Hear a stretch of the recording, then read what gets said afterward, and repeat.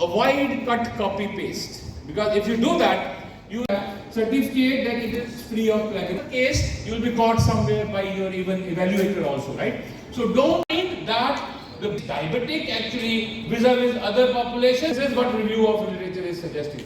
But there is a question actually, when you will discuss literature. You see, I have done bold, the two authors you have to put in 2012, right?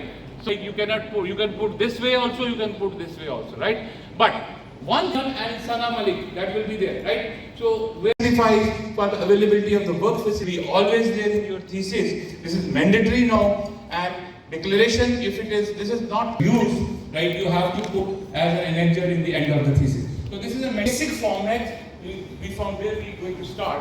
The basic format is writing synopsis and thesis. Which is, I tell them when you are writing synopsis, and only thing, certificates will be required, title will be required, objectives and aim will be required.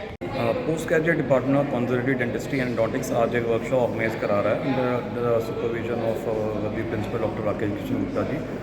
The topic of the topic is research methodology part 2, जो doctor Vishal Tandon professor GMC हैं. Part 1 जिसका कुछ महीनों पहले उन्होंने किया था, और पार्ट 2 आ जाए. पार्ट 2 में हमने प्राथमिकता जो दी है, जो साइनॉप्सिस राइटिंग होती है पोस्ट ग्रेजुएशन में, जो कठिनाइयाँ आती हैं ड्यूरिंग उनको रिसर्च 3 साल की, उन कठिनाइयों का समाधान कैसे हो, राइटिंग ऑफ थीसिस कैसे हो, साइनॉप्सिस कैसे हो, और फैकल्टी के लिए एक अपॉर्चुनिटी है सीखने के लिए कि वो अपने रिसर्च पब्लिकेशन कैसे करें. जो जो क्वेश्चनर उनके होंगे ड्यूरिंग द स्टडी वो उनको ब्रीफ करेंगे. और मैं मुबारकबाद देना चाहता हूँ डॉक्टर विशाल टंडन को, ये सेकंड टाइम हमारे कॉलेज में आ रहे हैं. And I can assure you future में भी हम ऐसी रिसर्च एक्टिविटीज़ कॉलेज में करते रहेंगे. सर, आज हम इंदिरा गांधी गवर्नमेंट नेटवर्क जम्मू में डिपार्टमेंट ऑफ कंजर्वेटिव डेंटिस्ट्री की कोऑर्डिनेशन से उनके एचओडी डॉक्टर अजहर मलिक के एक दिन का वर्कशॉप अपने स्टूडेंट्स के लिए करवा रहे हैं. इस वर्कशॉप का बेसिक मकसद क्या है कि हमारे जितने भी पोस्ट ग्रेजुएट स्टूडेंट्स हैं, हमारी फैकल्टी है, हमारे अपकमिंग डॉक्टर्स हैं, क्योंकि आजकल ज़माना शोध का है और रिसर्च का है. तो रिसर्च हम जब करते हैं तो हम कई बार बहुत अच्छी रिसर्च कर लेते हैं, लेकिन उसका डॉक्यूमेंटेशन में हमें पता नहीं होता कि उसको डॉक्यूमेंटेड कैसे करनी है.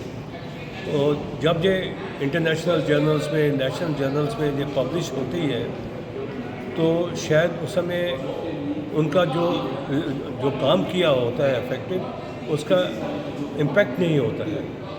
इसलिए हम अपने स्टूडेंट्स को, अपने पोस्ट ग्रेजुएट स्टूडेंट्स को, सब फैकल्टी को वर्कशॉप इसलिए करवा रहे हैं. और डॉक्टर विशाल टंडन हैं जो प्रोफेसर फार्माकोलॉजी के हैं, वो 2 साइंस एडिटर्स के जर्नल्स भी हैं, एमसीआई के मेंबर भी थे.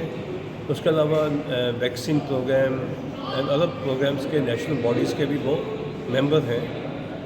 तो उनसे हम एक आज ये वर्कशॉप कंडक्ट कर रहे हैं कि how to write the thesis, how to write the research proposal. तो उनका भी मैं तहे दिल से धन्यवाद करता हूँ कि हमारे स्टूडेंट्स को ट्रेन किया, हमारे पोस्ट ग्रेजुएट्स को ट्रेन किया, फैकल्टी को. और इसके अलावा मैं डॉक्टर अजहर मलिक का भी तहे दिल से धन्यवाद करता हूँ, क्योंकि he is taking all the initiative. This is all for the benefit of the our post graduate faculty. और एक अच्छी रिसर्च जब डॉक्यूमेंटेड होगी, उसका अल्टीमेटली बेनिफिट हमारे कॉमन मासेस को होगा, क्योंकि वो रिसर्च प्रपोजल जब इम्प्लीमेंटेशन की बारी आएगी, उसका बेनिफिट हमारे कॉमन मासेस है. तो ये सारा है कि हमारी स्टूडेंट्स कम्युनिटी कैसे ट्रेन हो, हमारे कॉमन मासेस में इस रिसर्च का कैसे बेनिफिट हो, इसके लिए ये सारी वर्कशॉप कंडक्ट की गई है. इसके लिए मैं डॉक्टर अजहर मलिक का तहे दिल के साथ धन्यवाद करता हूँ, और साथ में आपका भी, क्योंकि आप इस मैसेज को पूरे लोगों तक, मासेस तक पहुँचाएँगे कि एक अच्छी रिसर्च का क्या मतलब है, कैसे लिखा जाए, वो कैसे डॉक्यूमेंटेड किया जाए. तो इसमें हमारे जितने भी इंस्टीट्यूशंस हैं, उन सब में सबको पता होना चाहिए कि कैसे डॉक्यूमेंट करना है जर्नल में.